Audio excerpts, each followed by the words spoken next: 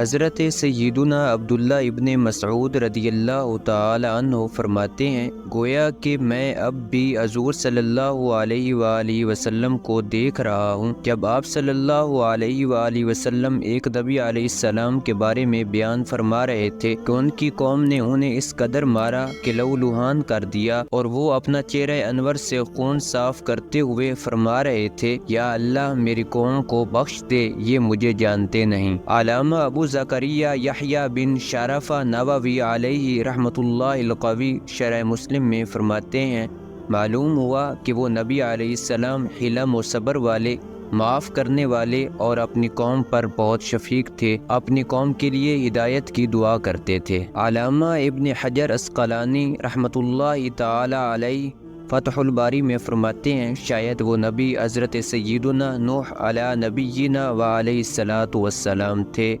قوم نے آپ پر تشدد کیا اور آپ کا گلا گھونٹا، یہاں تک کہ آپ بے ہوش ہو گئے۔ جب افاقہ ہوا تو دعا کی، اے اللہ عز و جل میری قوم کو بخش دے، کیونکہ یہ لوگ مجھے نہیں جانتے۔ ملا علی قاری علیہ رحمۃ اللہ الباری مرقات المفاتیح میں فرماتے ہیں، اس نبی علیہ السلام نے اپنی قوم کے لیے دعا کی، اے اللہ عز و جل میری قوم کو بخش دے۔ اس کا معنی یہ ہے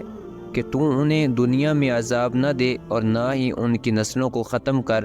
ورنہ یہ بات تو معلوم ہے کہ وہ کفار کے لیے مغفرت طلب کرنا کہ ان کے شرک اور کفر کو معاف کر دیا جائے، یہ بالاجماع جائز نہیں ہے۔ یہ بھی ممکن ہے کہ وہ مغفرت ایسی توبہ سے کنایا ہو جو مغفرت کو واجب کرنے والی ہو۔ یہ اس نبی علیہ السلام کا کمال حلم اور اس نے اخلاق تھا کہ گناہ ان کی قوم نے کیا اور آپ نے اللہ عز و جل کی بارگاہ میں ان کا عذر پیش کیا کہ انہوں نے یہ جرم اس وجہ سے کیا ہے کہ یہ اللہ عز و جل اور اس کے رسول کو نہیں جانتے۔